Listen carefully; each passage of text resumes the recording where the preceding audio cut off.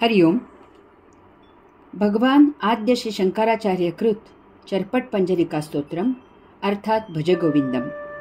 योगदास श्री जयगणेश जोशी यांचे प्रवचन. दांभिकता.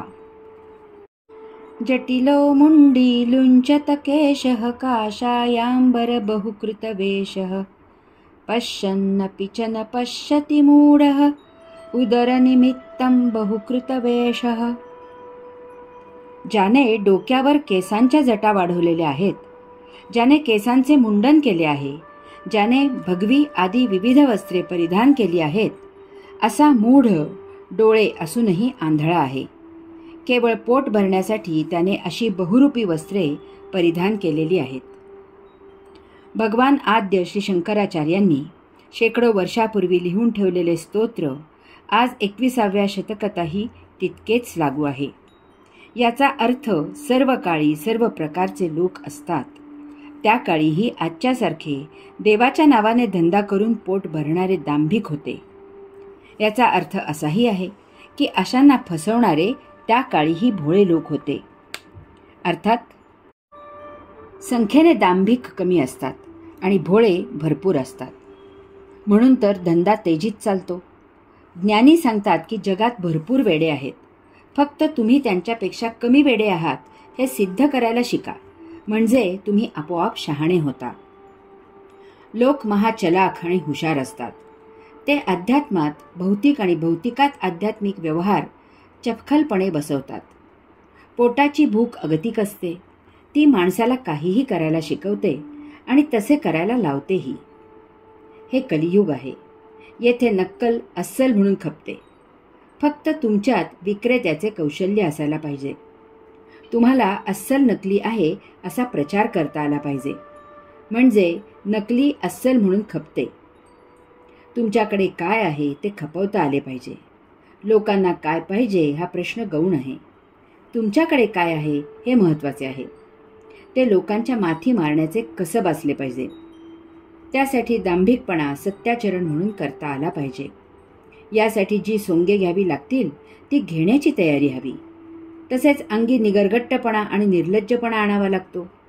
आवश्यक तो अभिनय करायची तयारी हवी. तुमच्याकडे जे आहे ते उत्तम आकर्षक वेष्टनात बांधून सुबकतेने सजवून ठेवता आले पाहिजे.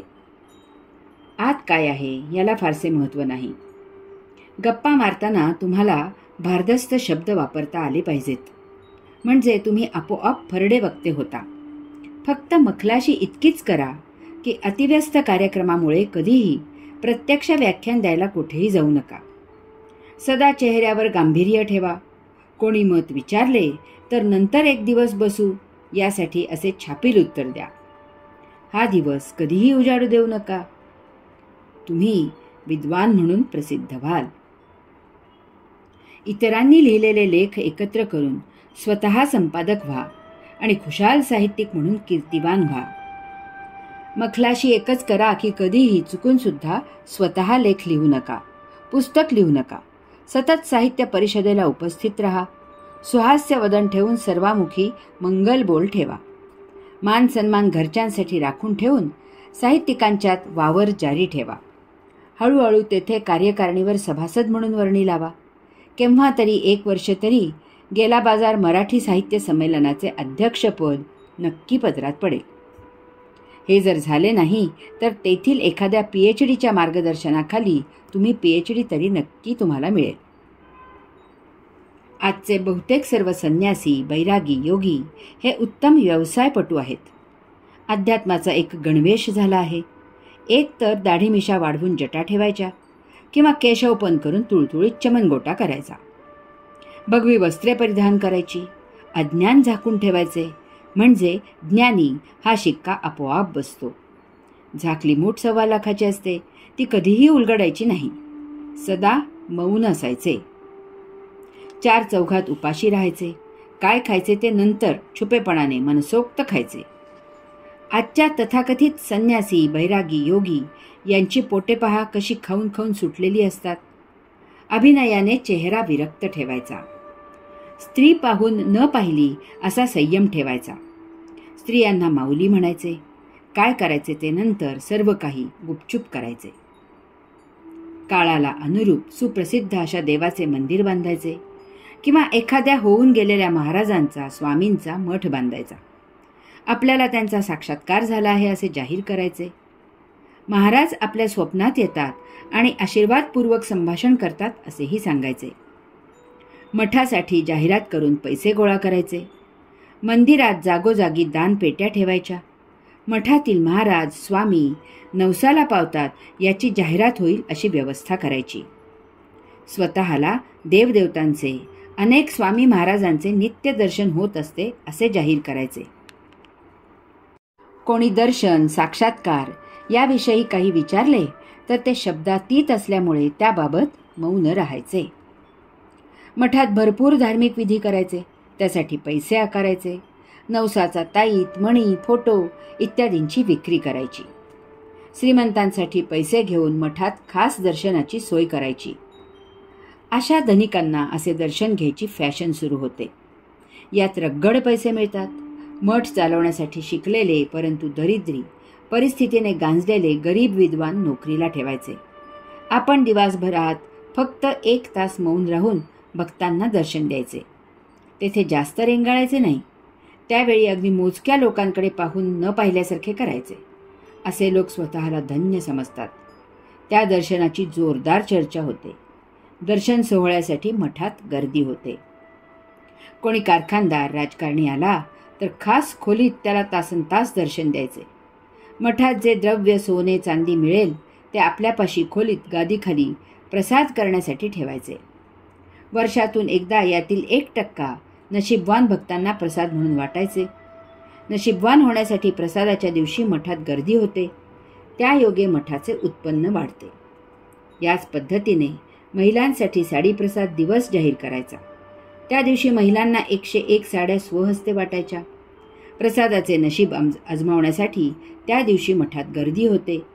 त्या योगे मठाचे उत्पन्न वाढते.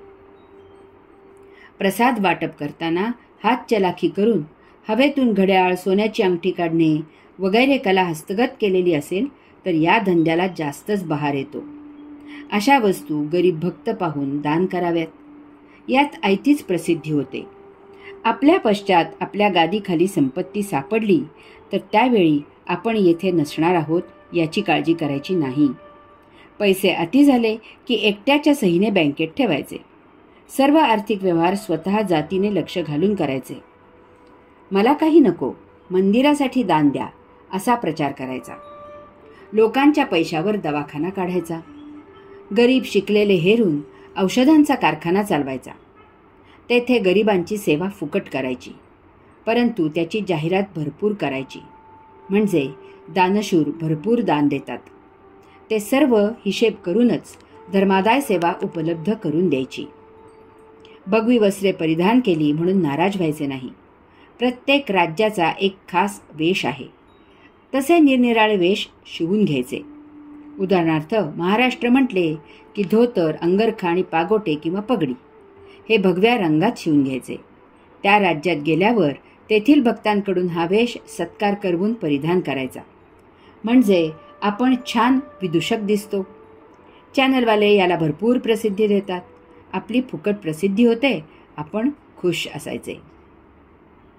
आपला वारस नेमायचा. सर्व काही सर्वसामान्य माणसासारखेच करायचे. फक्त ते देवाच्या नावाने करायचे. यालाच अध्यात्मात भौतिक आणि भौतिकात आध्यात्मिक व्यवहार असे म्हणतात. हे सारे कशासाठी? पोटासाठी?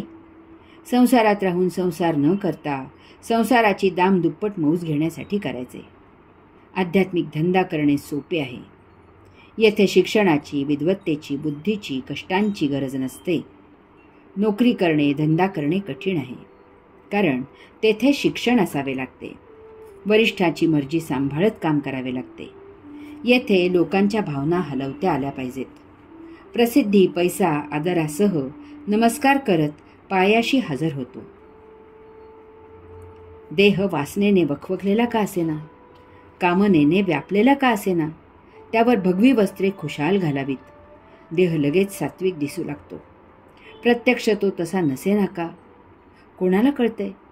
मनात पैसा, संपत्ती याचे विचार करत त्यासाठी बेत आखत शांत मौन बसावे. लोकांना वाटते, वा, काय छान ध्यान लागले आहे. केसांची झुलपे काढायची हौस टिकवायची असेल तर केस वाढवावेत, दाढी वाढवावी. याची आवड नसेल तर तुळतुळीत गोटा करावा. ही केशभूषा आणि भगवी वेशभूषा यांच्या संगमाने चेहऱ्यावर आध्यात्मिक तेज येते. स्त्रिया बिनधास्त जवळ वावर करू लागतात. त्याची मौज अनुभवावी. मुखावर सात्विकता ठेवायची खबरदारी घ्यावी. आशीर्वाद द्यायच्या बहाण्याने मिळेल तितके स्पर्शसुख घ्यावे. पाठीवरून, केसावरून, तोंडावरून हात फिरवावा. त्यात एखादी फसते आणि तुमच्यासाठी उपयुक्त होते. धनिक वळीक बाळे भक्त म्हणून सांभाळावीत. यात नवश्रीमंत मासे लवकर गळायला लागतात. त्यातील एखादा व्यावसायिक बिल्डर शोधावा आणि त्याला हाताशी धरून धनिकांकडून एक एक खोलीचे पैसे गोळा करून भरपूर भक्त निवास बांधावेत. या धनिक भक्तांना योग साधना करण्यापेक्षा योगाच्या गप्पा मारायला फार आवडतात. त्यासाठी मधून त्यांचेच मेळावे भरावेत. त्यांना आपापसात चर्चा करायला सांगावे. मठातच राहायची जेवायची सोय असल्यामुळे मठाला भरपूर उत्पन्न होते. अशा प्रकारे भरपूर धंदा करावा, पैसे मिळवावेत. त्या योगे सतत भारताबाहेर प्रवास करावा. ध्यान समाधीसाठी एकांताच्या नावाने आल्प्स पर्वतावर राहायला जावे. तेथे स्वर्गसुख भरपूर आहे. त्याचा यथेच्छ उपभोग घ्यावा. आपण इंटरनॅशनल योग गुरु म्हणून प्रसिद्ध होतो. त्या देशात तुमचा सत्कार करायची फॅशन सुरू होते. हे असे जे करणारे असतात त्यांना चांगले माहीत असते की ते चूक वागत आहेत. त्यांच्यात काहीही योग सामर्थ्य नाही.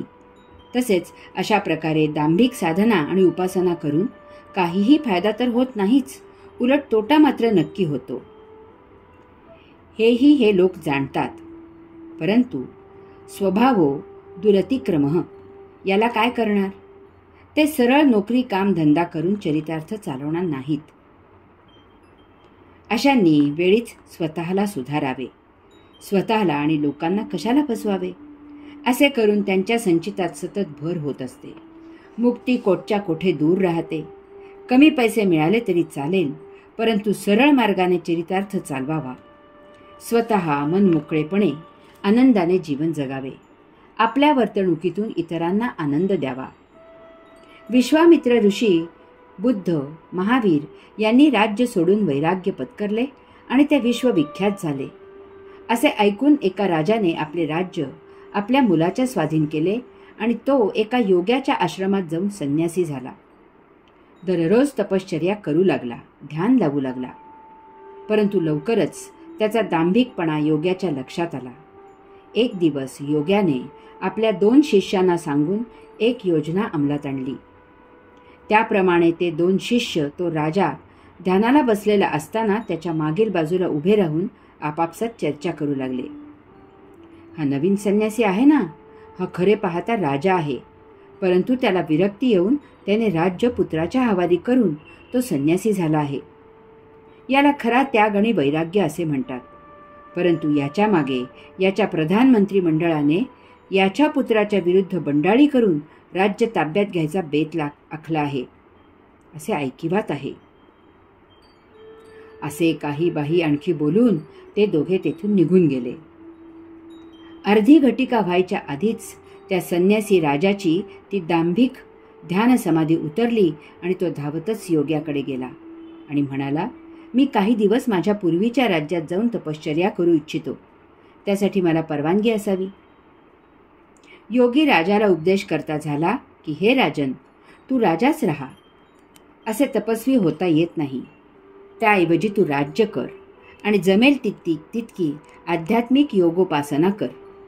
यामधून एक दिवस तुला विरक्ती आली तर तू पुत्राला राज्य ताब्यात देत न बसता तेथून दूर होशील. ते खरे वैराग्य असेल.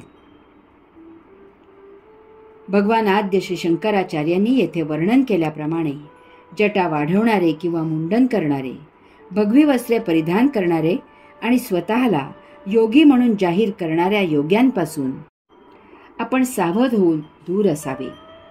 जो योगी साधकांना भगवंत श्रींपेक्षा त्याच्या स्वतःत गुंतवून ठेवतो तो मतलबी असतो. लक्षात घ्यावे की अध्यात्मासाठी कोठेही जायची गरज नाही. सात्विकतेने छान संसार करावा, त्यामधून मुद्दाम वेळ काढून अध्यात्म साध्य करावे. प्रकृती स्वास्थ्यासाठी नित्य नियमित योगासने करावीत.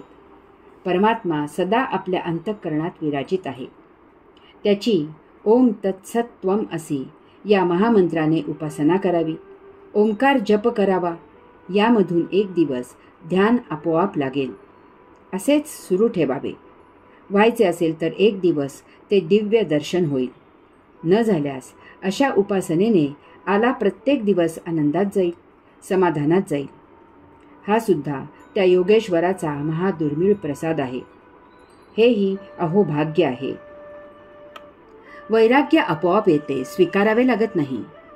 पंचपक्वांनी चवीढवीचा खादाडपणा आपोआप सुटतो. त्यासाठी नियम करायची गरज नसते. नसत्या बडबडीचा उबग येतो आणि ती बंद होते. मुद्दाम होऊन मौन पाळावे लागत नाही. झकपक कपड्यांचे आकर्षण आपोआप सुटते, सोडावे लागत नाही. हिरोपणा आपोआप बंद होतो, थांबवावा लागत नाही. भौतिक सौख्यातील फोलपणा आपोआप उमजतो आणि तो अध्यात्मात आपोआप रत होतो. यासाठी मुद्दाम काही करून काहीही उपयोग होत नाही. एक पारंपरिक कथा आहे. एक महान योगी एका नदी किनारी झोपडीत राहत असे. त्याची तपस्या फार उग्र होती. गावात भिक्षा मागून तो आपला देह जीवित ठेवत असे. तो सदा तपस्येत रत असे. एक युवती तेथे लाकडे गोळा करायला येत असे. त्या तपस्व्याची ती उग्र तपस्या पाहून तिला त्याच्याबद्दल आदर निर्माण झाला. ती त्याची सेवा करावी या भावनेने त्याला मिळालेल्या भिक्षेतून त्याच्यासाठी अन्न शिजवून ठेवू लागली. त्याच्यासाठी नदीवरून पाणी भरून आणून ठेवू लागली. त्याची छाती धुवून ठेवू लागली. अशा प्रकारे दररोज ती त्याची सेवा करी आणि लाकडे गोळा करून आपल्या घरी निघून जाई. योग्याची तपश्चर्या दिवसेंदिवस फारच उग्र होऊ लागली. इंद्राला त्याच्या आसनाची काळजी वाटू लागली. हा योगी लवकरच आपले इंद्रासन घेणार याची त्याला खात्री वाटू लागली. इंद्राने एक उपाय केला. त्याने त्या युवतीला अप्रतिम सौंदर्य दिले. पाणी भरत असताना पाण्यातील प्रतिबिंब पाहून स्वतःला ती युवती ओळखू शकली नाही, इतकी ती फारच सुंदर दिसू लागली. नेहमीप्रमाणे तिने योग्याची सेवा केली आणि ती घरी गेली. घरी गेल्यावर तिला समजले की 2च दिवसानंतर तिचे कुटुंबीय दुसऱ्या गावाला स्थलांतरित होणार आहेत. दुसऱ्या दिवशी तिने नेहमीप्रमाणे योग्याची सेवा केली आणि ती त्याला नमस्कार करत साश्रू नयनाने म्हणाली, स्वामीजी, उद्यापासून मी येथे येऊ शकणार नाही, कारण आमचे कुटुंब दुसऱ्या गावी स्थलांतरित होत आहे. योग्याने मिटल्या डोळ्याने तिला सदा सुखी रहा असा आशीर्वाद दिला आणि त्याने डोळे उघडले. पाहतो तर ती फारच सुंदर दिसत होती. तिचे ते अप्रतिम लावण्य पाहून योग्याचा त्याच्या स्वतःच्या डोळ्यावर विश्वास बसला नाही. क्षणार्धात ती मुलगी तेथून निघून गेली. तत्क्षणी तेथे इंद्र हजर झाला आणि विनम्रपणे हात जोडून योग्याला म्हणाला, योगीराज, आपली तपस्या पाहता आता आपणच इंद्रासनाला योग्य आहात, तरी आपण ते ग्रहण करावे. त्यावर तो योगी म्हणाला की असल्या क्षुद्र इंद्रासनाची मला काय गरज. इंद्र चपापला. तो म्हणाला, मग काय, आपण योगेश्वरी मुक्त होऊ इच्छिता का. त्यावर योगी म्हणाला, त्याचीही मला काही गरज नाही. इंद्र बुचकाळ्यात पडला. हा योगी तर विश्वातील सर्वोच्च पदही नको म्हणत आहे. इंद्राने वैतागाने योग्याला विचारले, मग आपल्याला काय हवे आहे. त्यावर योगी म्हणाला, मला ती मुलगी पत्नी म्हणून हवी आहे. इंद्र तत्काळ तथास्तु म्हणाला आणि इंद्रासनी विराजित झाला. अशांना भगवान आद्य श्री शंकराचार्य उपदेश करत आहेत की असे करू नका.